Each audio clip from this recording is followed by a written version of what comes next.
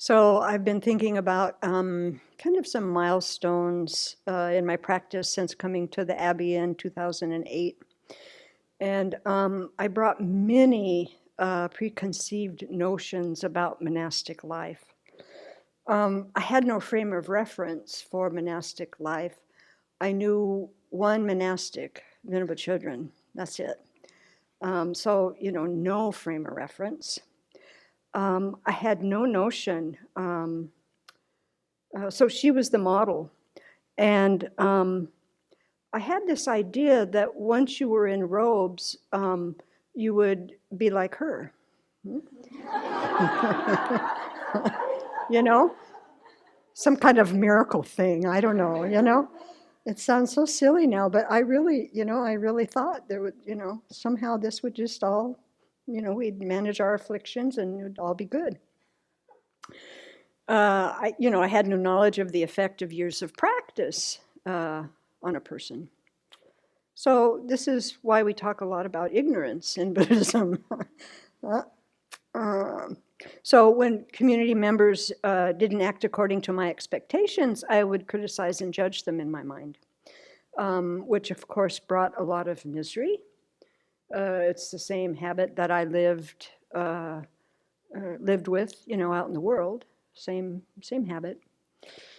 This was the recipe for happiness that I lived, If people would just do the right thing and do it the way they're supposed to, then everything will be good,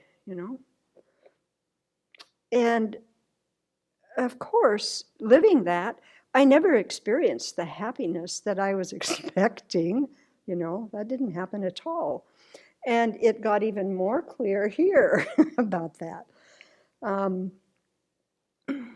So I wasted a whole lot of time with this external reference, looking at others and how they were behaving.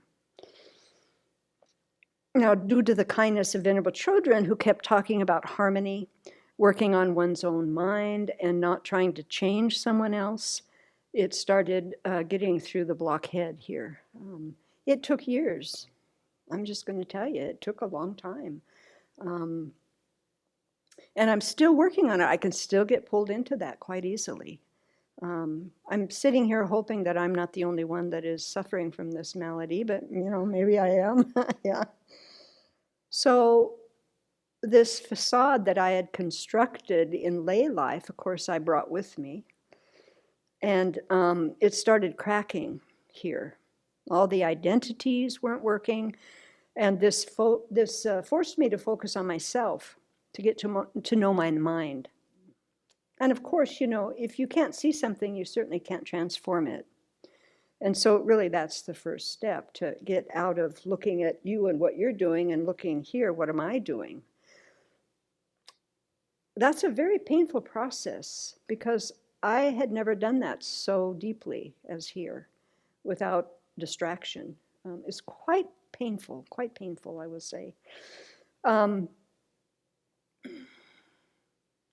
The other thing I started seeing with this process and all of this really difficulty, it was hard, is that I started seeing that I was looking through everything through the beliefs that I absorbed from a Christian society. I didn't practice that religion particularly, but boy, did I absorb many things. So my framework was what? Good, bad, right, wrong, reward, punishment. Also carrying an identity of original sin, that we're all inherently flawed. So when I realized that part, I had to start relating to myself in a different way, because the more I focused on myself, the harsher and more critical I got with myself. And I just created so much misery. It's that idea of trying to, beat yourself to Buddhahood. It doesn't work, yeah. So I'm still working on this idea about creating some compassion and care for myself, because I have had more years and probably lifetimes doing it the other way. So It's still a bit illusory sometimes, I will say. But the process of learning about my mind and applying antidotes has been a lifeline. Since I was able to experience the power of practice, I could see myself changing. And because of that, I didn't give up. No matter how hard it got, I didn't give up. There was no reason to. I had a path that was brilliant, that worked, that transformed. Now, sometimes I might question my ability to change. That comes, off and on. But I never have doubt about the practice. I know without a question it works. I just need to keep practicing. And so really, that's my refuge. That's what I turn to. Whenever I'm confused, whenever I'm afflicted, the answers are right in front of me in the Buddha's teachings. I just need to look for them and allow myself to do that and be patient with myself and compassionate with myself, because the self-centered attitude wants no part of it, of course. So it pulls me away from it again and again and again, And so then I have to start a conversation with that jerk, inside, and not let it take over. Because if it takes over, then I've lost my refuge. I've lost my path again. The other thing is, of course, no matter where I am, I'm going to be faced with difficulties. Wherever I am, this is samsara, wherever I am. I just took a week in Seattle. It was so helpful to do that because, there's a lot of problems there. My gosh, there is no happiness in that place. And everybody is running around like, chickens with their head cut off, looking for, some kind of happiness. And all, together, all smushed in together, trying to do this. So it was very helpful to bring me back to why I made this choice. Wherever I go, there's going to be difficulties. But staying here, oh boy, do I have a chance. I can transform my mind without all the distraction and the pull and push of lay life.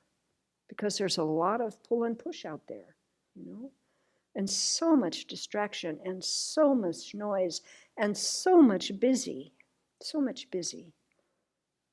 So I choose this life of transformation no matter how long it takes. It will be lifetimes. I know that. That's fine.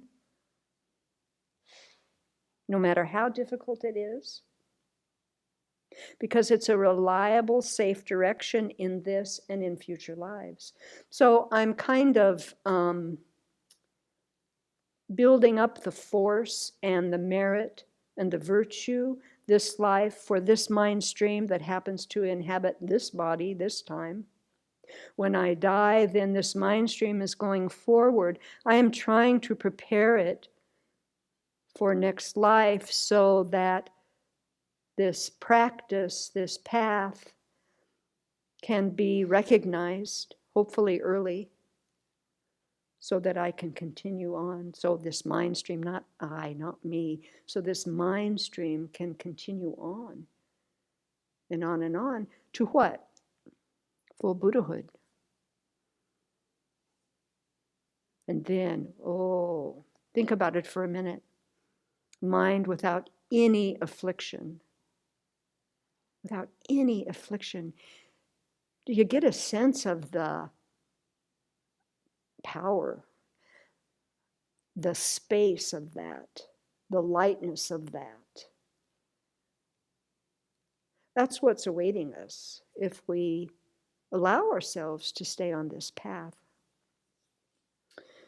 So may we all keep practicing no matter what is thrown at us, so that we can actualize our Buddha potential, attain full awakening, and then benefit all living beings.